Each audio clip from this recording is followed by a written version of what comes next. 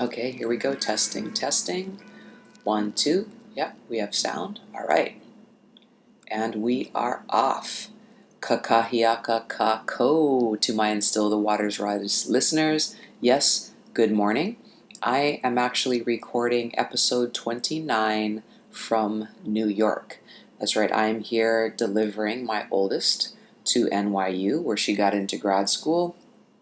We've been feverishly looking for an apartment and orienting ourselves, understanding the subway, etc.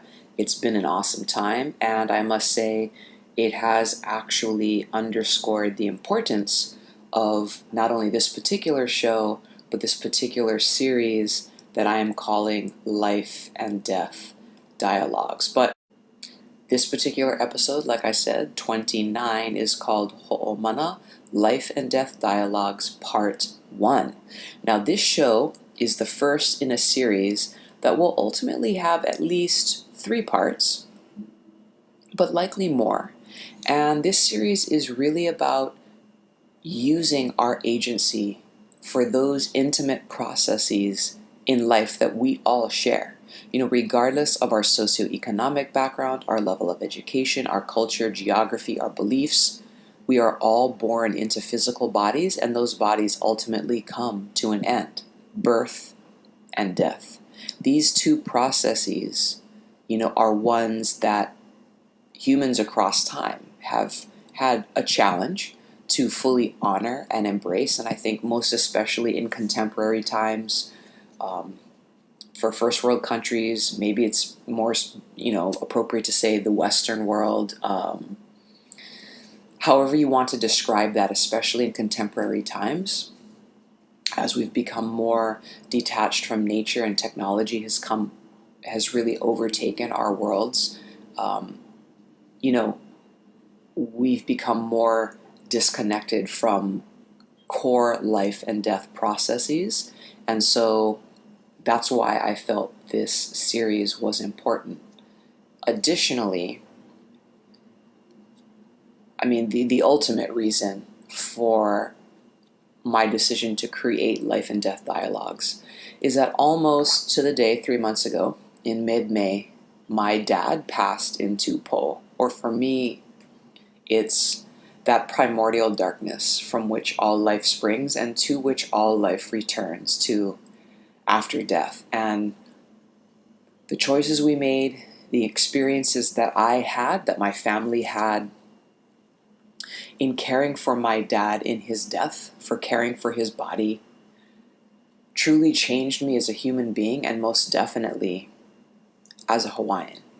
And this first show is just me talking, and I've called it Ho'omana because ultimately what we did for my dad was Ho'omana, right? It was to increase his life force and that of our ohana. And in doing so, we became stronger members of our own community, right? We elevate our lahui by elevating my dad, by choosing to say this is what we feel is true for us. And even though there's a lot of obstacles and unknowns, we're still going to walk this path. And so it was very empowering. Our process was one that few really know about anymore in Hawaii, and even fewer choose to take up in contemporary Hawaii. So we were really faced with having to walk into the unknown.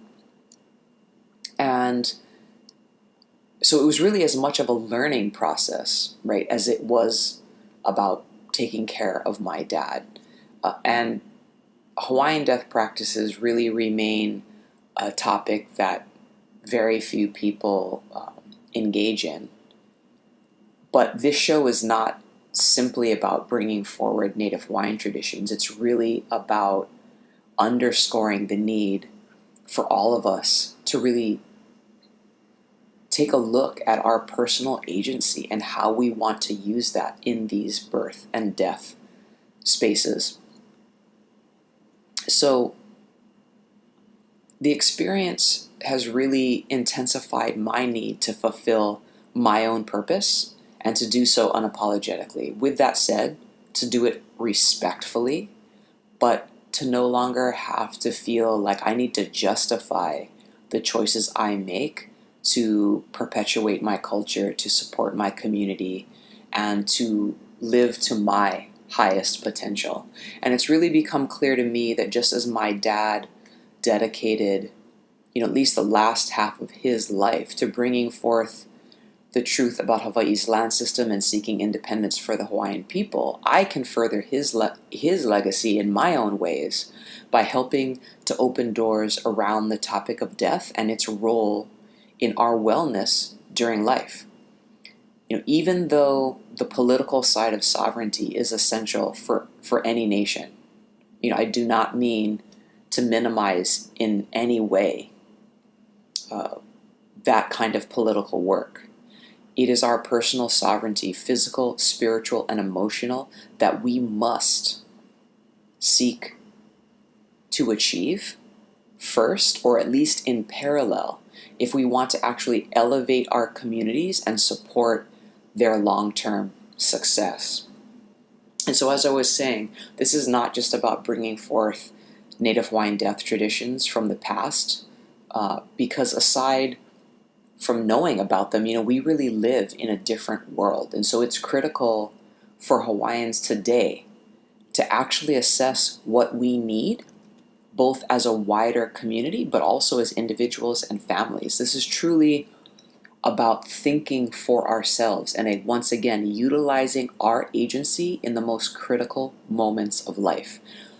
For me, this series of shows is really about increasing health and healing for ourselves and our communities, which I do not believe at this point can be achieved without building bonds to and a reverence for the life and death processes, and really coming to terms with our own mortality.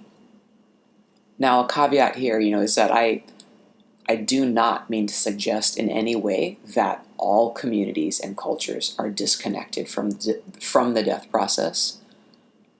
That's obviously not true.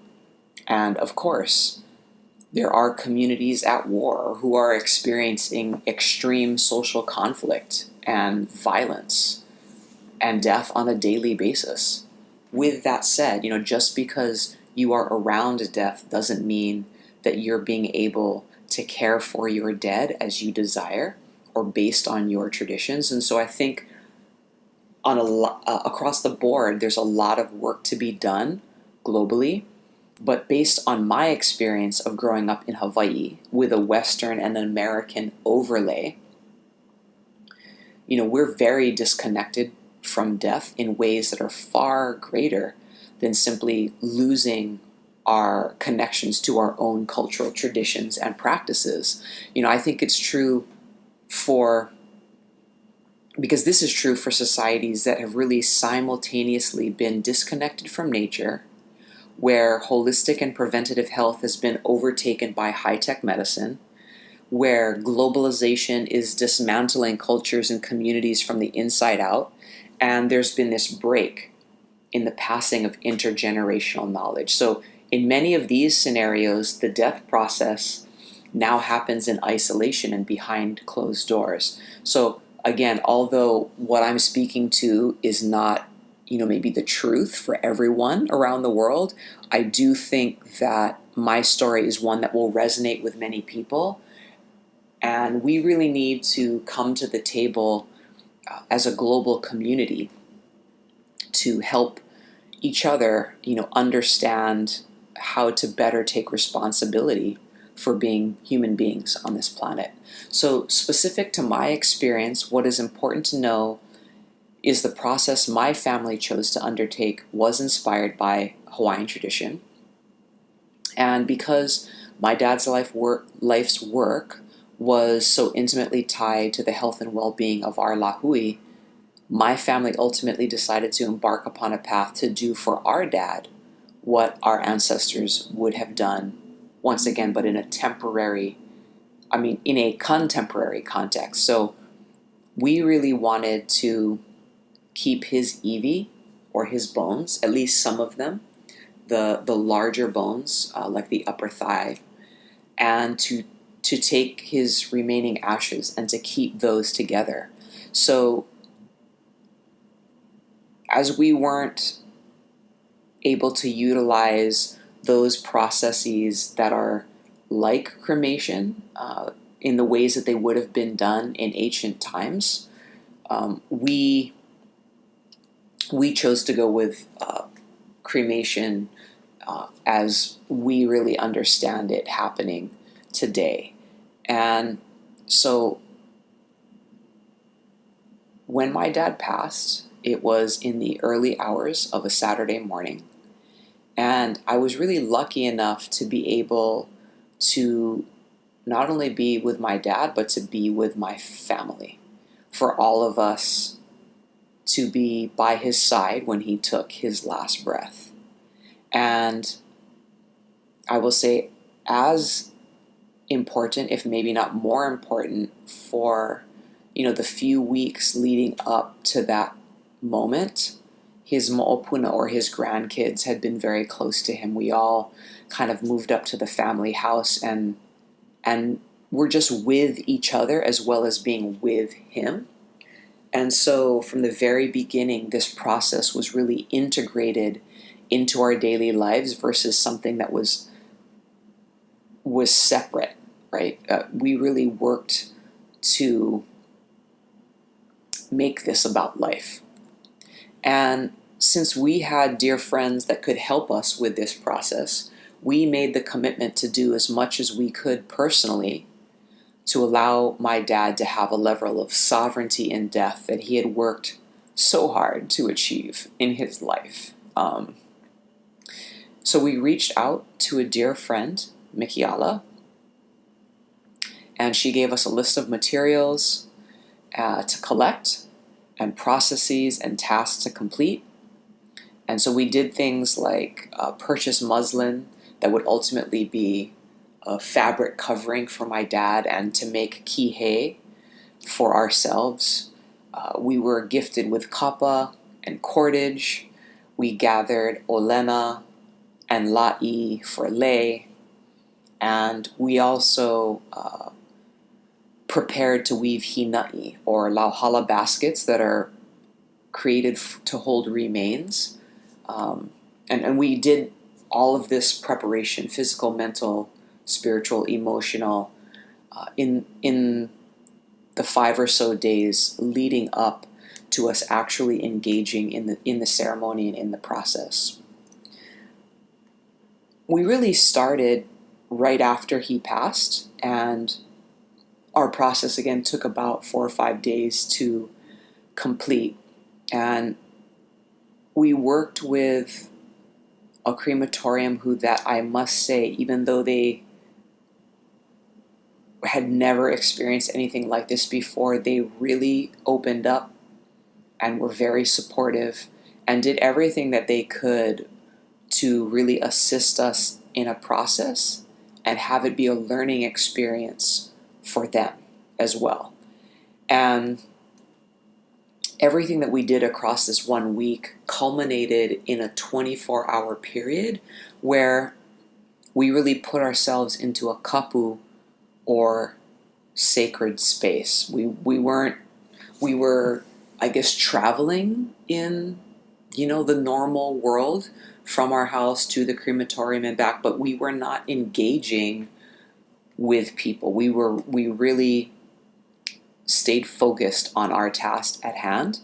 And my mom watched all of our kids, or my grandfather, the moʻopuna, who were really at the center of my dad's heart. And so on the morning of, we all gathered at our house, and Mikiala joined us. We basically, at that point, set the stage for this 24-hour kapu space. We walked around the house and did oli and pule, prayer and chanting. We cleansed the space, we cleansed ourselves, and we basically got into that mental and spiritual space to be ready to stay focused. And in terms of Miki'ala's background, I'm not going to go into her story here. You can actually listen to part 2 of Life and Death Dialogues, where she joins me in a conversation along with our friend Courtney about death processes and traditions in Hawaii more broadly. So once we completed that process, where we had cleared and blessed the house and ourselves, then we drove to the crematorium to be with and to prepare my dad's body. I'm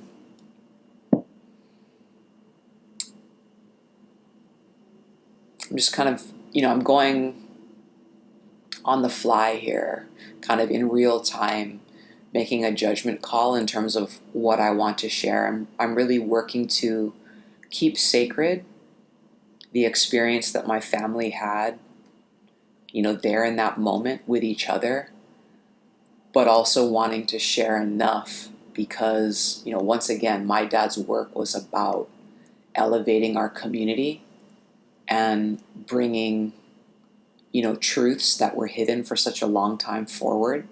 And so I do want this story to open doors for people and empower them enough to take a few steps forward and to begin learning for themselves, if this is a process that they would also like to engage in. So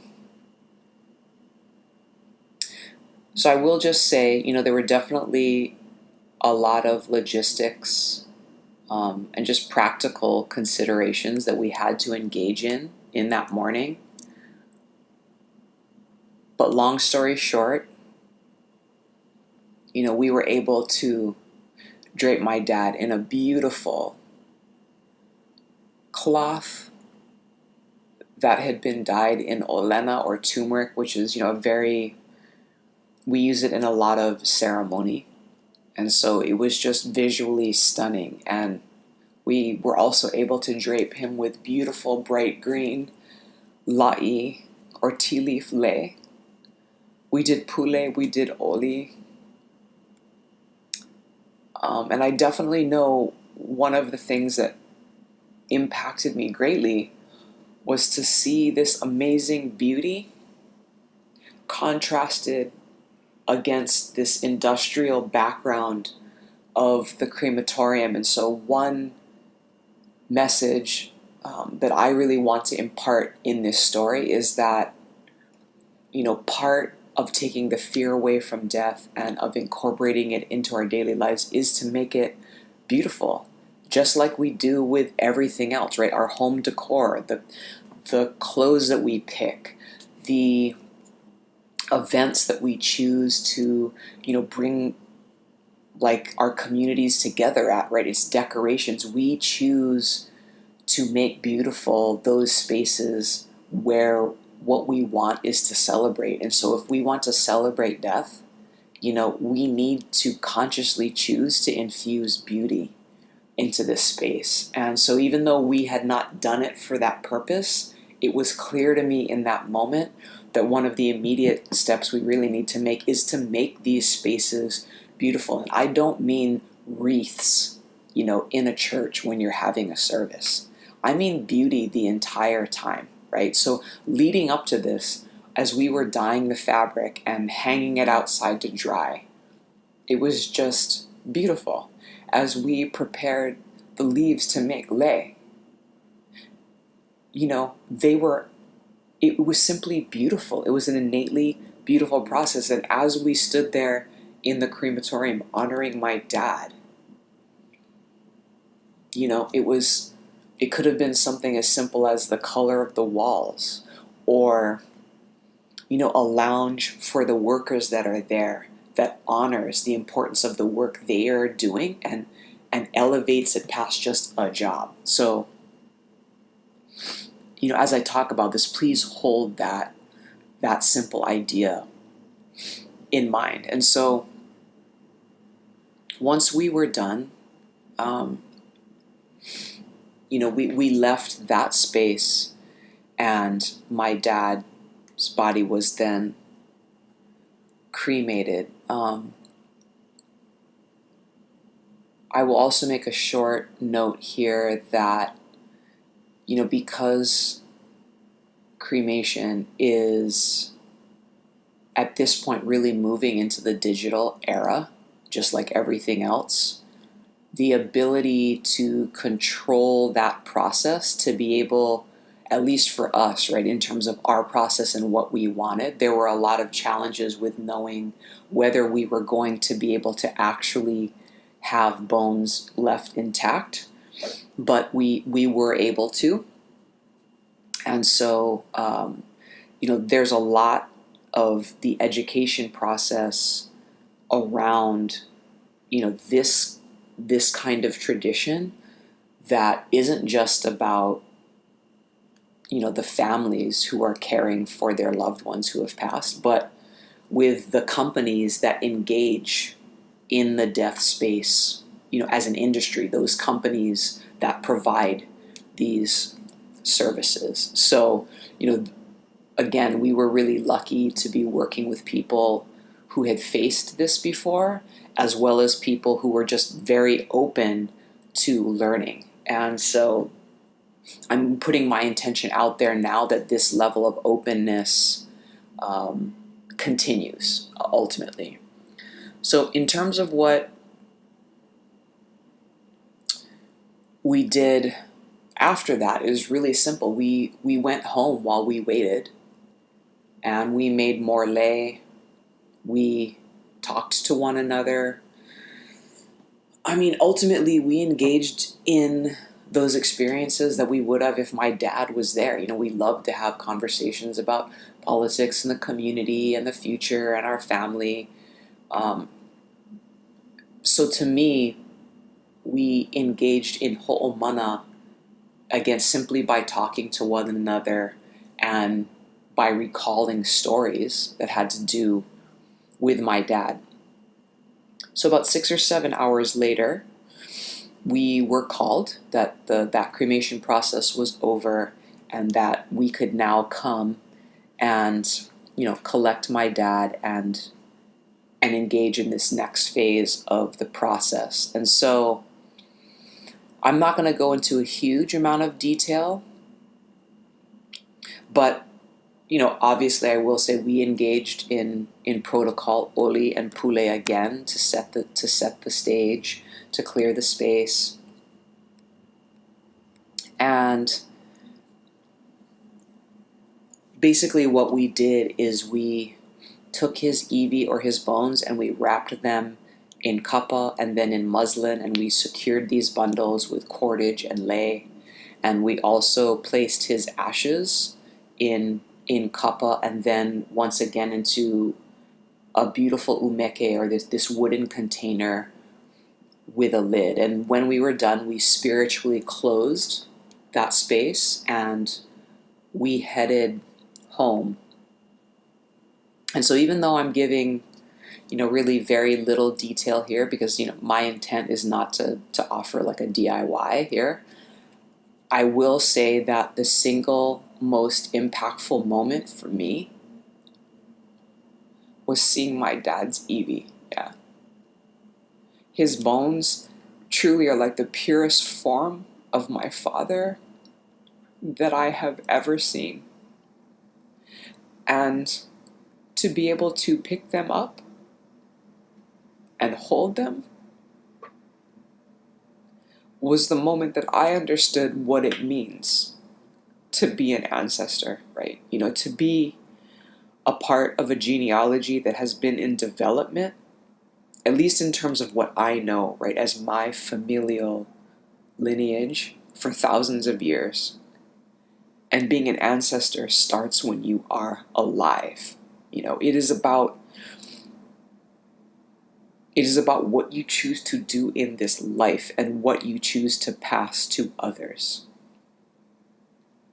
And it's also very much about taking responsibility for your own death and for perpetuating the process to be one that is revered and sacred and life-affirming. If if all I were to do would be to experience this and not share it, then I am not being an ancestor. I am not fulfilling that role. And so I knew in that moment when I picked up my dad's Evie that I was doing the right thing and that I was going to have to continue to take actions after that moment, that it was not going to end there. And now I realize there are tragic deaths and places on our planet that are, in war. But those are really exceptions. I'm really talking about how a given society at large values the death process or not. And that is ultimately my goal, right? Is to help reintegrate a relationship, a positive and life-affirming relationship with the death process into our contemporary culture today. So, back to my story. Once we were back at my house, we set up the living room for weaving the hina'i with our other friend, Ohu, who is an amazing weaver. His dad is an amazing weaver as well, so I don't know that he would call himself a master, but he's like a master in the making. And he has been working in this space in terms of teaching people how to weave hina'i. So it's a specific kind of basket form. And so when he arrived, he really helped us understand the overall process that we would be engaging in.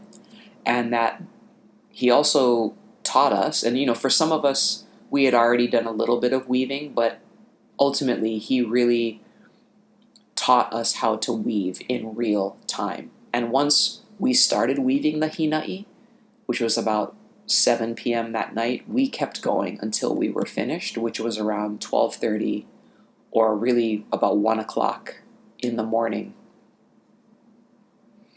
And that experience as well was filled with us having discussions about, really how to bring these traditions forward again, how to help other families have the process that in that moment, right, we realized how powerful of an experience we were having.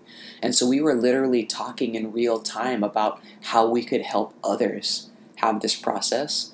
And then, of course, again, we were talking about my dad. And we were really, I guess, just keeping the energy in the room, one that was, committed to Hoʻomana, again, growing that life force.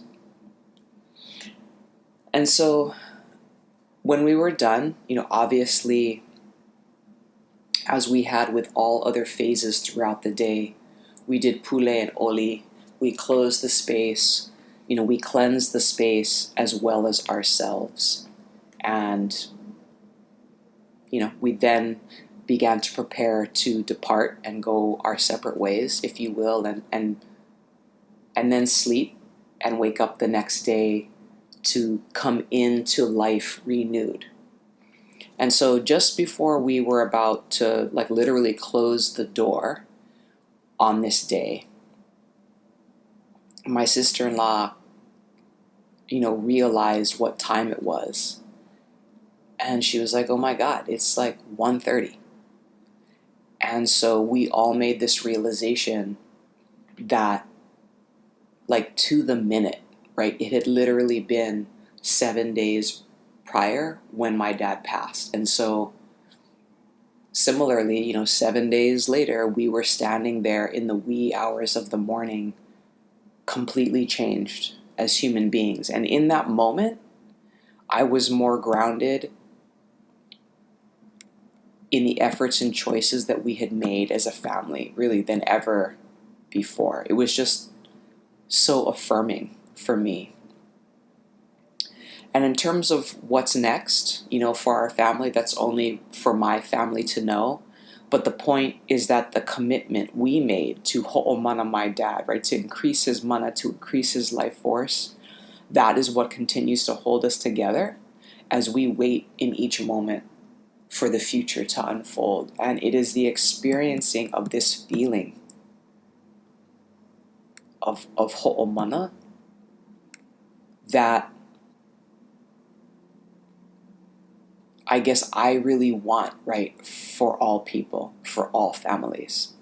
And so for me personally, the meetings and opportunities around helping people to become comfortable with this death space, they just keep arising without any effort on my part. And I ultimately feel, it's my dad or my ancestors, a combination of those forces really working in my life to help me, fulfill my purpose. Because without trying, right, I'm just having conversations about death or finding myself being connected to people who are working in the death space, or like death doulas, if you will. So I know already that my transformation is ongoing. This is,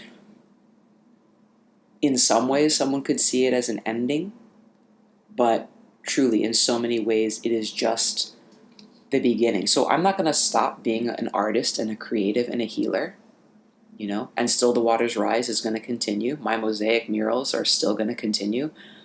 But I'm going to use some of the work that I am doing, my mana and my life force, to amplify these ideas and perspectives and to connect the people that need to be connected in and around these life and death issues. And so, like the title of the show, I'm going to continue to Ho'omana my personal process. And as I do that, I know that I will Ho'omana my community and help them to heal. And I very much want to provide avenues to help people not only let go of their fears around death, but I think even more so to release their attachment to any and all practices, belief systems, and narratives that are obsolete, that have lost their humanity, or are just straight up lies. That is truly my goal at this point. And so I guess the only thing I want to do to close this out is to truly send a warm wish of aloha to everyone who has listened. Please come back and listen to future shows and the next episodes in this series. May you find comfort in them, and may you find them both practically and spiritually valuable. And ultimately, may you embrace your life, your truth, your purpose, and not because of death, but because it's all about life. It's all about how you live through every experience, from entering your body to leaving it. It's truly all about life. Aloha aina.